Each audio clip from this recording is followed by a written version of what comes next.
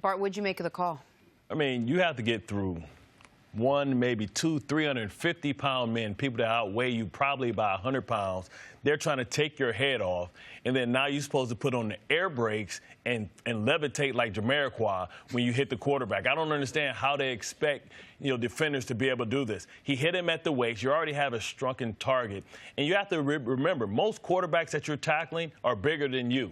So most of the people that's tackling quarterbacks, Cam Newton, Ben Roethlisberger, Andrew Luck, they outweigh the defender that's actually hitting them, and then you expect them to be able to hit you gently or softly. At the end of the day, this is a physical sport. This is football, and it's about physicality. And the quarterback, last I checked, was a football player. I understand they make all the money and everybody shows up and it affects the ratings, but at some point you got to allow them to be football players as well. Yeah, I don't think the referees also understand. I understand the spirit of the rule and what they're trying to do, because you can really hurt a guy by dumping them into the ground. But if Bart's coming at full speed and I know he's going to get to me, these quarterbacks are smart, too.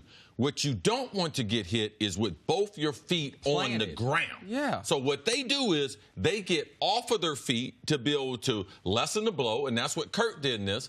And when you take your head to the side, the natural momentum is going to hit him, and because he's lifting up, he's going to go up. Right. And when he goes up like that, it's just when he hits the ground, your weight's going to be on him. That's the tackling form. It's hard to call. It's been a point of emphasis. And Tony Corrente, they called this earlier in the game on Kendricks, which was a questionable call. You're going to see this in NFL games. Just unfortunately, it happened at one of the most critical moments. Right. It's very rare that we can say this call changed the outcome of the game. But when it's on what was an interception, and because of the time score situation, it would have been kneel, game over. You can say in this instance, if that flag is not thrown, the Packers win the football game. Now, they had other opportunities to win after that. I understand that. They could have stopped the Minnesota, and then they could have prevented the two-point conversion. Could have scored in overtime. They had plenty of opportunities. But what's so frustrating to me about this play is what you allude to. Carini said after the game, it was not the helmet rule. It was not even the new rule where you can't land on the guy. He said this was the old rule where you've never been able to lift the guy up and drive him into the ground. He's jumping in the air. That's not what he did, though. Like, that's what's frustrating, is he hits him in the strike zone. He puts his helmet to the side. He doesn't land on him with his full force of his weight. He does everything you ask him to do, and you're still saying it was a penalty because he lifted him up and threw him into the ground. It's not what I saw. And so I think this is one that a lot of the referees that are no longer referees but are now analysts have said that's a call that shouldn't be made. And I know the Packers had other opportunities. Especially in that time of the game. The game's over.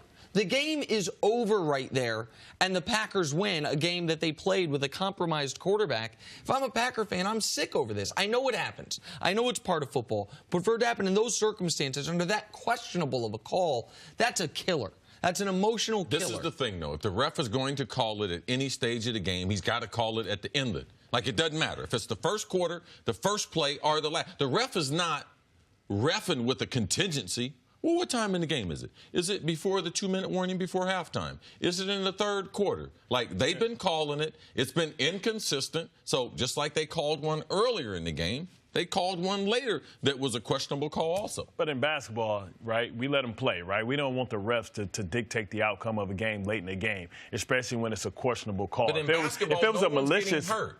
If we start getting our quarterbacks hurt, last year we lost Aaron Rodgers, we start losing our quarterbacks, it affects the product. But wouldn't you see, let me ask you this, don't you think that they do referee final play of the games? I know that wasn't that, but we see, we've shown the highlights a ton on Hail Marys or pass things like that. It's a pretty given, it's understanding. Right. Yeah, given that you're going to be able to be more physical, it's holding as well. Understood around the league. But as far as a personal foul on the quarterback, there is no exception to the quarterback. Yeah. You can't breathe on them before the game, first quarter, or at the end of the game. Agreed, but I think what Bart's saying and what I'm saying is that if that would have been a bad call in the second quarter. Right. It's not that it was a bad call only because it was at the end of the game. Right. There was a bad one earlier in the game. This referee called one earlier, and he calls another one. So you guys are just upset because of the time. If I'm a defender, I'm pissed off, and now instead of just, I can't hit him low, I can't hit him high, I can't graze his face mask, even though when he sees me, he's starting to to bend down. So I'm just going to start tackling his arm so he can't protect himself when he falls. Nothing hits the ground but his face. And then we'll see how you adjust to that. Because now you're taking money out of my pocket, and now you're taking my ability to win championships. And now I'm going to start tackling both of your arms. Is very, very, very difficult. And now with them adding, now that you can't dump them, put your weight on them, like I believe that he got the rule wrong as far as which one. I believe this year with the emphasis, that's the reason why he called it, compared to making an excuse of going back to the old rule. Let's talk about the actual game. We kind of know how both teams feel about this ending in a tie. The Packers went out there and put a hobbled Aaron Rodgers, who came out to have that kind of effort and end with a tie. And the Vikings left points on the board with their kicking situation, which is just disastrous. How should both teams feel about ties? Well, I don't like it. I'd rather them have a kickoff. I know the kickers are the reason we haven't, That's why we got into this. We got into it, but I'd rather have a kickoff, right? At some point, you put it in the hands of somebody. I don't know if I would ever want to push.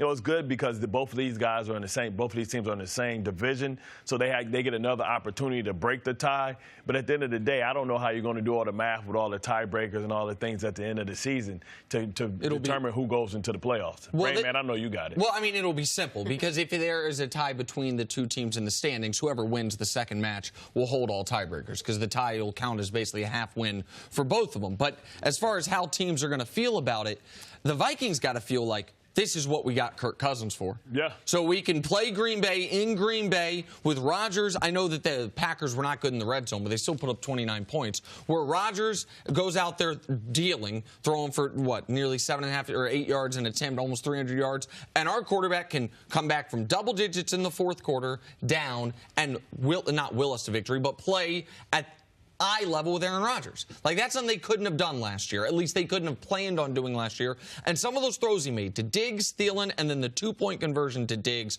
those were A-level NFL throws. They were great plays by him. Yeah, the Vikings right now, what they're thinking about, yes, they like what Cousins did.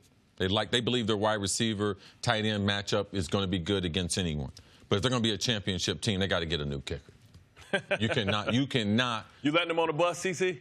No. We would have made some arrangements. A lot of Vikings fans. He could have rolled back with them. So what if you're Minnesota? Because they traded up in the draft. Right. I put him on injury reserve. And I ain't about feeling sorry for people, kickers, no. They got a job to do, and it's to put that ball through the upright. No one's going to hit you. No one's going to do anything to you. If you can't do your job, you jeopardize the whole roster. It don't make sense to be playing 70 minutes of football. It comes down to one guy. That's all he's got to do is kick it. The job's a beautiful day in Green Bay. The conditions aren't tough. Do your job or go home. I put him on injury reserve because I drafted him. If I hadn't drafted him, I would cut him. How you think Steve Weatherford got all those muscles? Because he don't do nothing during practice. You know what I'm saying? We out there running, sweating, concussions, banging our heads. All you got to do is kick the ball through the uprights. You can't get that done. Walk home, boss. Thanks for watching. Subscribe here to get the latest from the show. Also, be sure to check out more of the best clips from First Things First, or go watch a few segments from our other shows on FS1.